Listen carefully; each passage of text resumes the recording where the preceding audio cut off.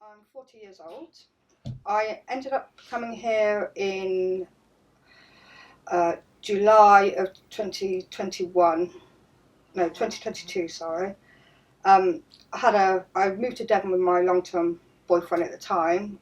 2 years after being there, we split, and I had no choice but to come back to Bristol. So I spent 8 months sofa surfing on my mum family's sofas. But due to my sister's health, I could no longer stay at my mum's because she was going into crisis with her mental health. So I started looking for shelters or hostels or something like that I could move into for short term.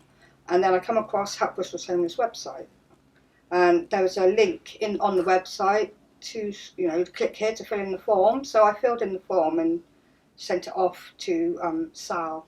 That was probably like three months before I actually got to the point where I needed to get out. I was getting a bit depressed myself because my sister's health was really bad. So I then sent the form off on the Thursday, and the following Monday I came in to meet Jasper. And this place here had just been finished. Within a week or so of me contacting them, so Jasper offered me this place straight away. So I came here. I was already on universal credits, but I did need help with housing because the Bristol Council kept turning me down because I've not been in Bristol for the last 2 years. So Julie from Bosch was helping out then. She contacted the Homechoice for me. I said that they need to review my case because I had to be in Bristol because I needed help with my medical issues. So I needed to be near family. So they took me down again. So that she then took it to higher up management level, and they finally accepted me on Homechoice. I've now been moved up to band 2, so I'm getting there slowly but surely. I've also had a lot of counselling here as well, which has really helped. Got my head straight, and I'm back to the old me now. So I'm doing really well, and hopefully I'll get a place by the time I leave here in July. And we actually, when we first got here, we only had skillets to cook on, so it was a bit awkward, but now we've got little ovens, so it gets you a lot more independent. So I started cooking for myself more frequently, because we do have a chef that cooks 3 meals a week, 2 to 3 meals a week. So that was quite nice as well, and a couple of days where I didn't have to do anything. So I'm quite happy to help out on site as well. I've used to do a bit of cleaning. I look after the laundry, and any new guests that come in, I'll set their rooms up for them, and if there's anything they need, they just come and knock on my door and speak to me, and we'll get them sorted out. So got a bit more of independence as well, which is really good. The other woman resident was here. She was very much kept herself to herself, but it's like having 10, 15 brothers, because they all sort of look out for you, which is really nice, and it's a really friendly atmosphere.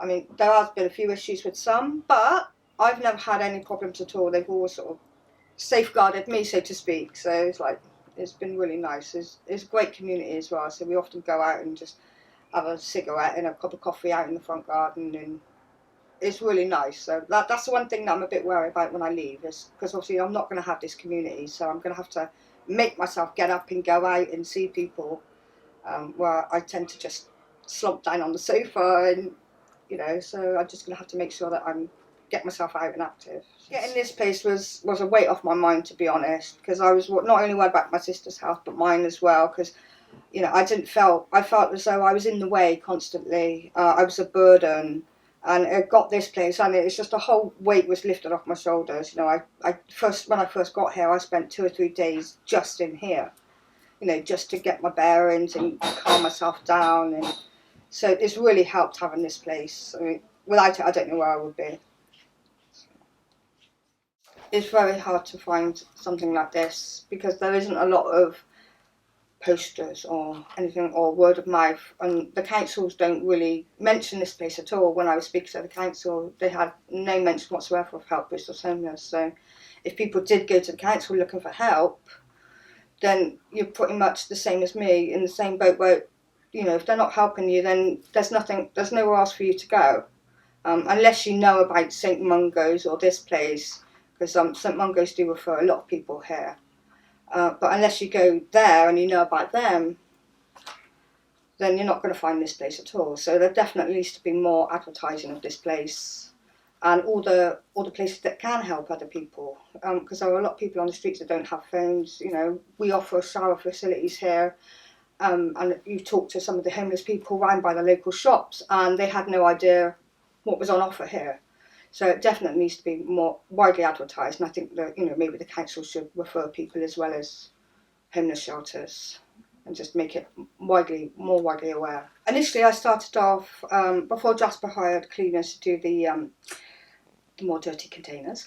I used to go and clean out all the containers after a resident moved out. So I stripped the beds, washed the cupboards out and everything like that, do the floors, and then I'd set it up again for the next person. So clean bedding, towels, make sure they got all the cutlery and everything that they need. I also do any laundry. So for example, if somebody empties out a unit, they put their laundry in the laundry room, and then I'll go in on a weekly or fortnightly basis and just wash all that stuff up.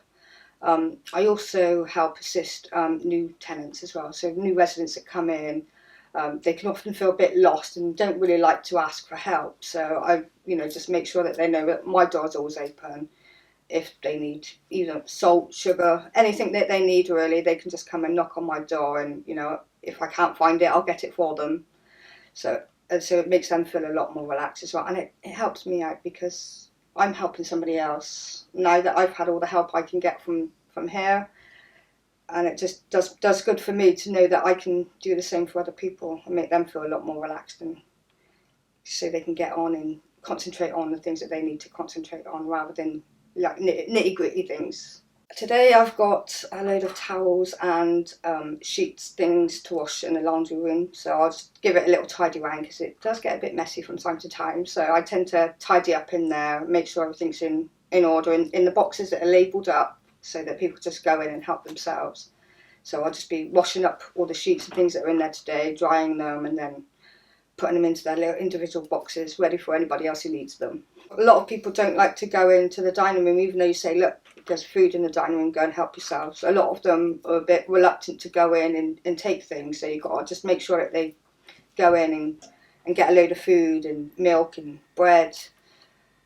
So we all sometimes do get clothes deliveries as well. So if we do get a load of clothes, anybody that's new, I tend to have to go knock on their door and say, look, there's clothes, go and help yourself, have a look, see if there's anything in there that you like.